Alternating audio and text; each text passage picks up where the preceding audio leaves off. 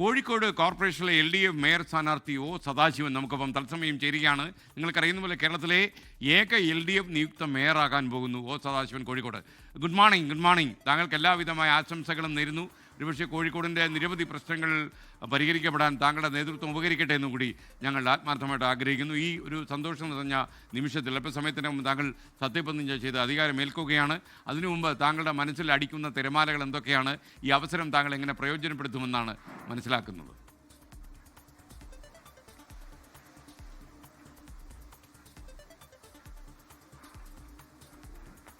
Hello ഇവിടെ പറഞ്ഞതുപോലെ ഒരു പ്രധാനപ്പെട്ട ചുമതല ആണ് വന്നു ചേർന്നിരിക്കുന്നത് എന്ന് ഉത്തമമായ ബോധ്യമുണ്ട്. അപ്പം കോഴിക്കോടിൻ്റെ നഗരത്തിൻ്റെ വികസനവുമായി ബന്ധപ്പെട്ടുകൊണ്ട് ഇന്നുള്ള കൗൺസിലിൽ തിരഞ്ഞെടുക്കപ്പെട്ട എല്ലാ അംഗങ്ങളുടെയും യോജിച്ച ഒരു പ്രവർത്തനത്തോടു കൂടെ മുന്നോട്ട് പോകാൻ കഴിയുമെന്ന് തന്നെയാണ് ഞാൻ കരുതുന്നത്. നഗരവികസനമാണല്ലോ എല്ലാവരുടെയും ലക്ഷ്യം. ജനങ്ങളുടെ ക്ഷേമവും നഗരത്തിൻ്റെ വികസനവും ലക്ഷ്യം വെക്കുന്ന ഈ കാര്യത്തിലുള്ള യോജിപ്പിൻ്റെ മേഖല വളരെ വലുതാണ്. അത് തീർച്ചയായും ഈ ഭരണത്തിൻ്റെ മുന്നോട്ടുള്ള പോക്കിന് സഹായകരമാവും എന്നാണ് കരുതുന്നത്. ചില പേരുകളൊക്കെ പറഞ്ഞു കേട്ടിരുന്നു. എന്നാൽ അവസാനം കോഴിക്കോട് കോർപ്പറേഷൻ മേയറായി ഒ സദാശിവൻ വരും എന്നുള്ള വാർത്ത സ്ഥിരീകരിക്കപ്പെട്ടപ്പോൾ ആദ്യം ഈ വാർത്ത അറിയുമ്പോൾ താങ്കൾക്ക് എന്താ തോന്നിയത്? പാർട്ടി ഒരു വലിയ ചുമതലയാണ് താങ്കളെ ഏൽപ്പിച്ചു തരുന്നത്. പ്രത്യേകിച്ച് കേരളത്തിലെ മറ്റിടങ്ങളിലൊക്കെ തന്നെ മറ്റ് രാഷ്ട്രീയ കക്ഷികളുടെ പ്രതിനിധികൾ മേയറാകുമ്പോൾ താങ്കളിലാണ് പ്രതീക്ഷയുടെ ഒരു നക്ഷത്രം തിളങ്ങുന്നത്.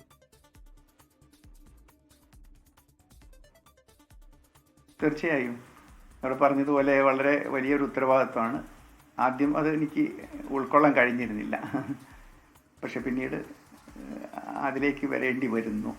പാർട്ടി എന്നുള്ള നിലയ്ക്ക് എന്നിൽ അർപ്പിച്ചുള്ളൊരു വലിയ വിശ്വാസം, ആ വിശ്വാസം നല്ലതുപോലെ കാത്തു സൂക്ഷിക്കാനും ഈ നഗരത്തിൻ്റെ ഭരണം മുന്നോട്ട് കൊണ്ടുപോകുന്നതിൽ എന്നിൽ ഏൽപ്പിച്ചിട്ടുള്ള ആ കർത്തവ്യം തീർച്ചയായും ഏറ്റെടുത്ത് മുന്നോട്ട് കൊണ്ടുപോകാൻ തന്നെ കഴിയും എന്ന് തന്നെയാണ് പ്രതീക്ഷിക്കുന്നത്. അതിന് ഈ നഗരത്തിലെ ജനങ്ങളുടെയും കൗൺസിലിൻ്റെയും എല്ലാം പിന്തുണ ഉണ്ടാവും എന്ന് തന്നെ ഞാൻ മനസ്സിലാക്കും. എനിക്കറിയാം താങ്കൾ തിരക്കിലേക്ക് ഇറങ്ങുകയാണ്. കാര്യം അല്പസമയത്തിനും താങ്കൾക്ക് സത്യപ്രതിജ്ഞ ചെയ്യണം.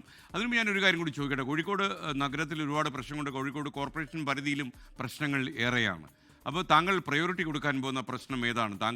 താങ്കളുടെ കഴിഞ്ഞ കാലത്തെ രാഷ്ട്രീയ പ്രവർത്തനത്തിനിടയിൽ താങ്കൾ കണ്ടുമുട്ടിയതിൽ ഏറ്റവും പ്രധാന പ്രശ്നമെന്ന് താങ്കളുടെ മനസ്സിനെ മതിച്ചിട്ടുള്ള കാര്യം എന്താണ്?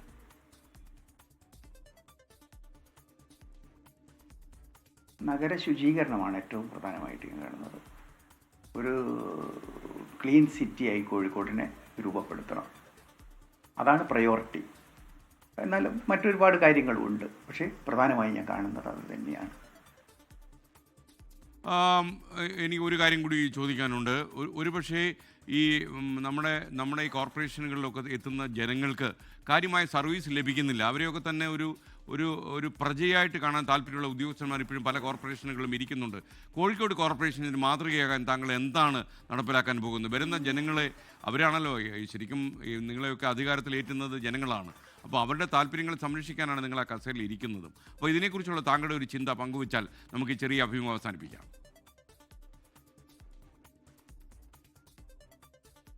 ഈ കോഴിക്കോട് കോർപ്പറേഷനിൽ ഇപ്പോൾ സർക്കാർ നടപ്പിലാക്കിക്കൊണ്ടിരിക്കുന്ന ഓൺലൈൻ സംവിധാനമാണ് മിക്ക സേവനങ്ങൾക്കും ആളുകൾക്ക് ആഫീസിൽ വരാതെ തന്നെ കാര്യങ്ങൾ നിർവഹിച്ചു പോകാൻ കഴിയും. അപ്പോൾ ആഫീസിൻ്റെ സേവനം കുറേ കൂടി ജനസൗഹൃദമാക്കുന്നതിനുള്ള സംവിധാനങ്ങൾ ഇപ്പോൾ കോഴിക്കോട് കോർപ്പറേഷൻ ഒരുക്കിയിട്ടുണ്ട്. മറ്റേതൊരാളും ആഫീസിൽ വന്നു കഴിഞ്ഞാൽ അവിടുത്തെ പ്രവേശന കവാടത്തിൽ തന്നെ അവരെ അറ്റൻഡ് ചെയ്യാനുള്ള ജീവനക്കാരെ നിയോഗിച്ചിട്ടുണ്ട്.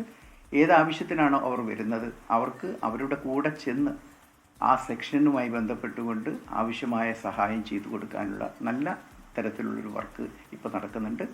ഇനിയും ആ കാര്യത്തിൽ മുന്നോട്ട് പോകണം എന്ന് തന്നെയാണ് കാണുന്നത്. ജനങ്ങളാണ് പ്രധാനം. അവരുടെ ക്ഷേമവും അവരുടെ സേവനങ്ങളും കാര്യക്ഷമമാക്കി മുന്നോട്ട് കൊണ്ടുപോകുക എന്നുള്ളത് തന്നെ പ്രാധാന്യത്തോടു കൂടെ കാണും. Okay, thank you Shri O Sadasivan. താങ്കൾ ചെയ്യാൻ പോകുന്ന എല്ലാ സൽപ്രവർത്തികൾക്കും 24-ന്റെ പൂർണ്ണ പിന്തുണ താങ്കൾക്ക് പ്രതീക്ഷിക്കാം. അത് ഞാൻ വാഗ്ദാനം ചെയ്യുകയും ചെയ്യുന്നു. Thank you. ലോകത്തെവിടെയായാലും ഏത് സമയത്തും 24 വാർത്തകളും ഓഗ്മെന്റഡ് റിയാലിറ്റി പാക്കേജുകളും എക്സ്പ്ലെയിനറുകളും വിശദമായി കാണാൻ ഞങ്ങളുടെ യൂട്യൂബ് ചാനൽ നിങ്ങൾക്ക് സബ്സ്ക്രൈബ് ചെയ്യാം.